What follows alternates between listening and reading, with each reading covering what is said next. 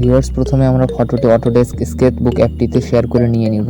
নেওয়ার পর দেখেন যে আমাদের ফটোটি একদম লো কোয়ালিটি। তো আমরা এখন এটি হাই কোয়ালিটি করার জন্য সিম্পলি এই অপশনে ক্লিক করব। তারপর আমরা নিচে স্ক্রল করে এই স্মুথস নামে যে অপশনটা আছে এখানের এই ব্রাশটা আমরা সিলেক্ট করে নিয়ে নিব। তো নেওয়ার পর আমরা সেটিংয়ে ক্লিক করব। করার পর আমাদের এই সেটিংটি দেখে নিন, আপনি চাইলে স্ক্রিনশট দিয়েও রাখতে পারেন।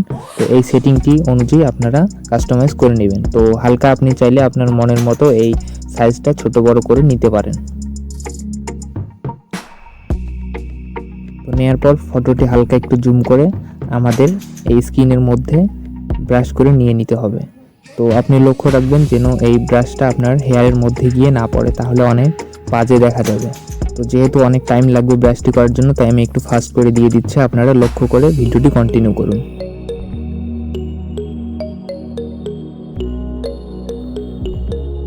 তো আমাদের ব্রাশ হয়ে যাওয়ার পর আমরা এই অপশনটাতে ক্লিক করার পর এখানে আমরা অপাসিটিটা হালকা বাড়িয়ে দিব, একদম 100 পর্যন্ত নিয়ে যাব।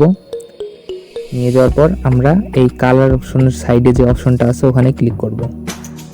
তারপর আমাদের ব্রাশ অপশনগুলো আপনারা দেখে নিন, চাইলে স্ক্রিনশট দিয়ে নিতে পারেন। তো সেটিংয়ে এটাই থাকবে, সাইজ বড় ছোট করে নিতে পারেন।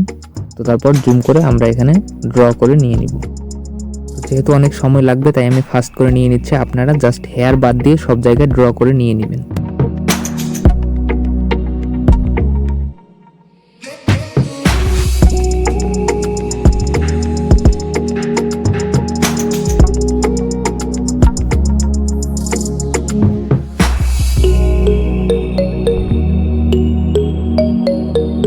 ভিডিওটি কেউ স্কিপ করবেন না, আর আমাদের চ্যানেলটি সবাই সাবস্ক্রাইব করে পাশে থাকা বেল আইকনটি অন করে দিবেন এরকম ইন্টারেস্টিং ভিডিও সবার আগে পাওয়ার জন্য।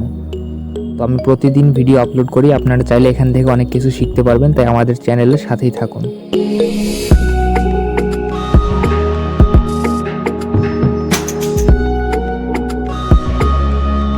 তো আপনারা সুন্দর করে ব্রাশ করে নেবেন, আপনার যেখানে যেখানে স্কিন সাবজেক্ট আছে সেখানে সেখানে আপনারা দেখে শুনে করে নিয়ে নেবেন।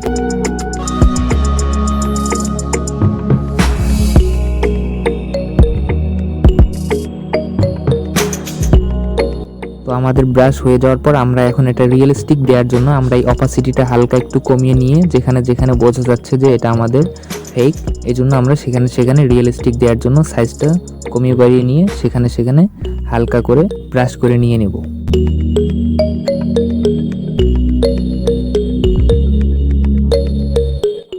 তো আপনারাও সুন্দরভাবে এরকম করে নিয়ে নিন, কিন্তু আপনারা যত টাইম দিবেন এই ছবিগুলো এডিট করার সময় আপনাদের এডিট ততই ভালো হয়ে যাবে। তো আমি আপনাদের দেখানোর জন্য একটু স্পিডে করে নিয়ে নিচ্ছি।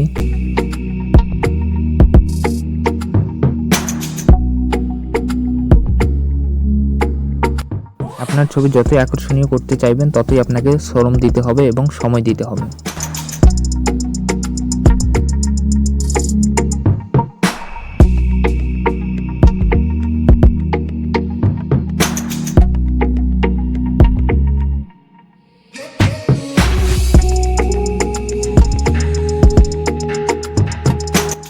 আমাদের ব্রাশ হয়ে যাওয়ার পর আমরা সিম্পলি এই লেয়ার অপশনে আবার ক্লিক করব। করার পর এখানে অপাসিটি কমিয়ে বাড়িয়ে আমাদের ফটোটির কালার আমরা অ্যাডজাস্টমেন্ট করে নেব।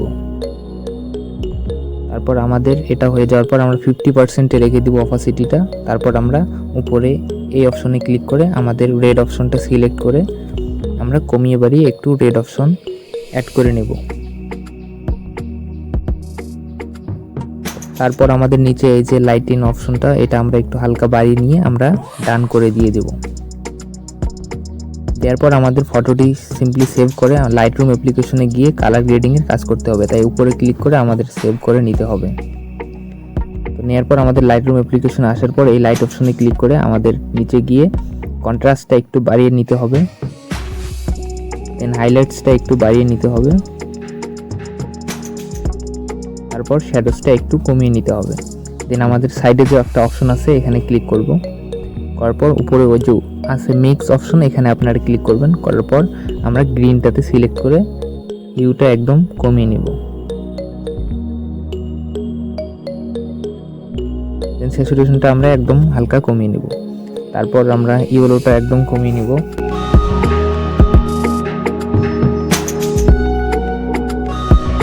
তারপর লুমিনেন্সটা একটু কমিয়ে দেব।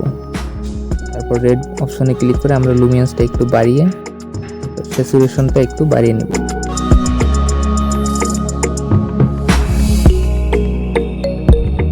আপনারা আপনাদের পিকচার অনুযায়ী এই কালার গ্রেডিংগুলো করে নেবেন।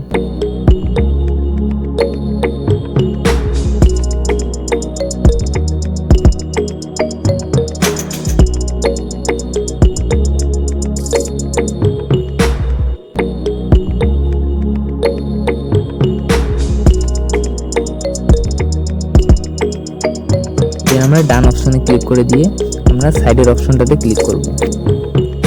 করার পর আমাদের টেক্সচার একটু বাড়িয়ে দিতে হবে 4 পর্যন্ত, ক্ল্যারিটিটা 4 পর্যন্ত বাড়িয়ে নিলাম। তারপর ভিগনেটটা আমরা একটু কমিয়ে নিলাম, দেন মিড পয়েন্টটা একটু কমিয়ে নিলাম, দেন ডিটেলসে ক্লিক করে আমরা শার্পিংটা একটু বাড়িয়ে দেব।